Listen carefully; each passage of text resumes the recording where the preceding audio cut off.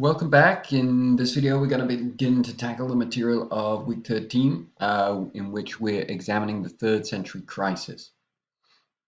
Last week, we had talked about the Pax Romana, the height of Roman stability and power, and we talked about towards the end, we talked about the emerging challenges that Rome was facing coming towards the end of the 2nd century. After the death of Marcus Aurelius, we see the Roman Empire start to disintegrate and start to decline as a result of economic problems, political problems, and military problems that the Roman government found it increasingly difficult to resolve. However, Rome still survived and still was able to find a resolution to these challenges, although this time the resolution and the solution to these challenges would lead to a transformation of Roman government that marked the end of the ancient world and the emergence of what we call the world of late antiquity, the world that is the bridge, or the period that's the bridge between the ancient world and the medieval world. Marcus Aurelius had one son. In this, he was different from all the other Antonine emperors, the emperors of this dynasty, who had adopted their heirs. Aurelius loved Commodus deeply, and Commodus was popular with the army. And so his claims to become emperor could not be ignored, even though he seems to have been at least partly clinically insane. His initial foreign and economic policies were nevertheless good, made peace with the Germanic tribes, provided support for poorer farmers in North Africa. But like the previous emperor Nero, he had luxurious and extravagant tastes. He even fought as a gladiator, and his lifestyle could not be supported by an empire that was still struggling with the expenses and the lack of income that resulted from these previous very powerful Germanic invasions that Marcus Aurelius had tackled, and with the loss in revenue that's linked to the decline in population as a result of the smallpox outbreak. And so the excessive life that he's living leads to plots against him, and eventually one is successful, and he is strangled in 192. This was significant because it was the first violent overthrow of a Roman emperor for over 100 years. And so, once again, the Romans have been pragmatic in how they've managed this transition of power in the past, but there's still no constitutionally approved way for choosing a new emperor. And so there was squabbling that broke out because there was no clear successor to Commodus. And in this melee, the army asserted its power once again to promote its candidate, Septimus Severus. He defeated his rivals in the largest battle yet between two Roman forces. Again, this is really debilitating for the empire. It's weaker in terms of demographics, it's weaker in terms of economics, and militarily than previously, and now you have this huge battle between two giant Roman armies and massive casualties. But Septimus Severus is successful in becoming emperor. He founds the Severan dynasty. And he is now faces the challenge of consolidating his authority, where even someone like Octavian had a connection to Julius Caesar.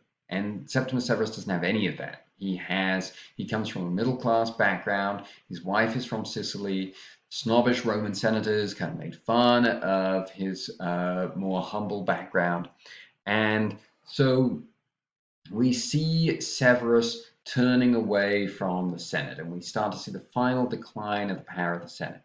Remember in the time of the Pax Romana, we talked about how it's kind of like a three-legged stool of the army, the Senate, and the emperor, and you've got to have at least two. And so Severus knows that the Roman Senate has contempt for him.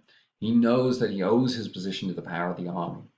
And so he shows no interest in cooperating with the Senate. And that united front between the Senate and the emperor starts to crumble. Severus starts to pack the Senate with non-Italians. He starts to create new provinces and assign them solely to the administration of the army, not to the Senate. And so over the course of Severus's reign, and this is the significance of him and of the Severan dynasty, is that the emperor becomes much more of a dictatorial figure, as someone who is in power because of the army, and someone whose relationship with the Senate is increasingly distant. Move on now to the next slide. Severus dies in 211, and for the first time in a long time, really the first time, and perhaps the first time ever, apart from Vespasian, he bequeaths the empire to his two natural-born sons, and the elder, named Caracalla, soon murdered the younger. Severus had left behind an empire that was well protected and financially solvent. So despite these changes in government towards more of a military dictatorship, his strategies have been successful. But the army was restless. It was no longer predominantly Italian. There were even large numbers of barbarian mercenaries to make up the shortage of manpower after the plague. And so the army was increasingly disconnected from its commanders, who still came from the aristocratic Roman background. And so now it's much more of a professional army that has increasingly little connection to the city of Rome, even to the Roman government. Severus and Caracalla both massively increased military salaries to keep the army content, and these increases were far higher than the imperial budget could afford. Now, with the Roman Empire, there's no such thing as paper money, there's no such thing as national debt or a national bank. Expenditures couldn't exceed income. The income was based on a land tax, and so unless you're building new land, that means you're not really going to be able to increase your budget. The military already comprised a huge amount of the imperial budget, well over half. And so there's no way the empire can survive increases of more than double to each soldier's salary. And so the emperors tried increasing the tax, but they also tried to resolve this problem by debasing the coinage. And so this means they reduced the amount of silver, or the amount of precious metal, in each coin. And so what this is going to lead to is going to be inflation. Money becomes worth less and less. Goods and services become more expensive. It doesn't matter that the emperors keep saying to the soldiers, oh, your salaries have been increased. What matters is that there's less and less that the soldiers can buy with this money. And people realize this. They start hoarding the old money that's more valuable. And so that means there's even less silver to make new coins. And by the time we get to the mid-3rd century, so over the course of about 50 years, the amount of precious metal in a denarius, the basic coin, went from half to less than 5%. And so the soldiers' salaries had increased on paper, but were basically worthless and brought very little. And so the soldiers are even more restless. And in 217, they assassinate Caracalla. The new emperor, named Macrinus, did not even bother to ask the Senate for recognition. So now you got to the point where who is the emperor and who rules the army is totally, who rules the empire is totally related to the army. The Senate has no say in the matter.